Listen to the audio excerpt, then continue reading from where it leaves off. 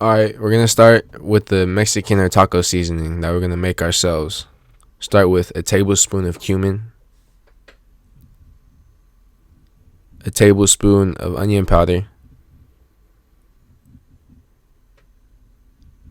a teaspoon of oregano, a teaspoon of chili flakes, a teaspoon of cayenne, a teaspoon of paprika, and a tablespoon of salt and pepper, and a tablespoon of granulated garlic.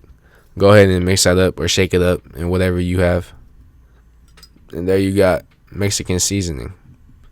Those are all spices that you should always keep at home, so there's no reason to go buy a taco seasoning or Mexican seasoning. You could always just make it with what you got. And I think it's better, really, because you can make it taste however you like. But we're going to go ahead and season the ground beef with it. Ground beef with that Mexican seasoning. Go ahead and mix it up. Get it all incorporated.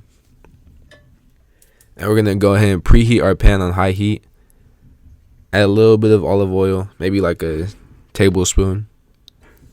And throw in the ground beef. You want to keep chopping it up. You want to chop it up as soon as possible because once it gets cooked, it's going to be much harder to chop it up. So just go ahead and keep at it. Keep pecking at it.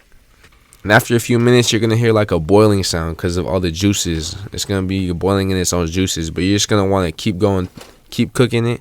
And eventually you're going to hear it frying in its own rendered fat, which is good. And you're going to see color on it just like that as I showed you. Go ahead, turn off the heat. Add a little bit of flour. That's going to create a sauce out of like all the juices that's in the pan, which is going to be perfect.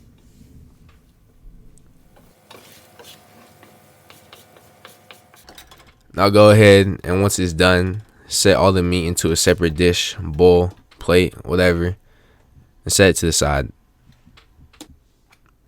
Then we're going to take a warmed up large tortilla, 12-inch tortilla. And again, I don't have a cheese grater, so I have to grate with a knife. Chop it with a knife. And that'll just work just fine. So now take your warmed up 12-inch flour tortilla. Measure the size of the tostada shell. Get a layer of ground beef under it. Place the tostada shell. Get a nice thick layer of sour cream because everyone has to love sour cream. And then get some shredded lettuce, some tomatoes. You could use any tomatoes, and I used iceberg lettuce. Get the cheese. I just used whatever cheeses I had. You could use just some cheddar cheese. And then this is the most crucial part. You're going to fold it.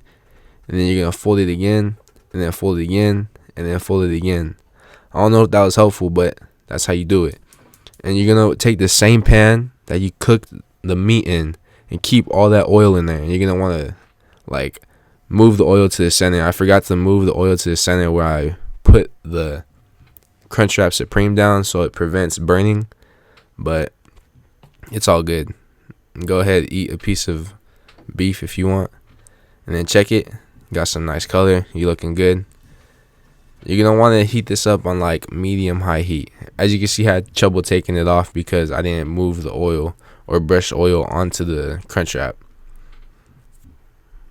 And this will take like a minute each side, a minute or two.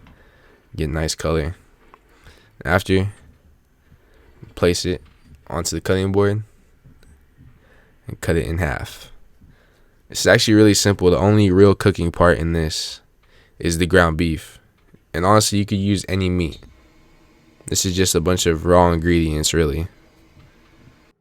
This is personally my favorite item on the Taco Bell menu, and it's super simple to make at home. Yes,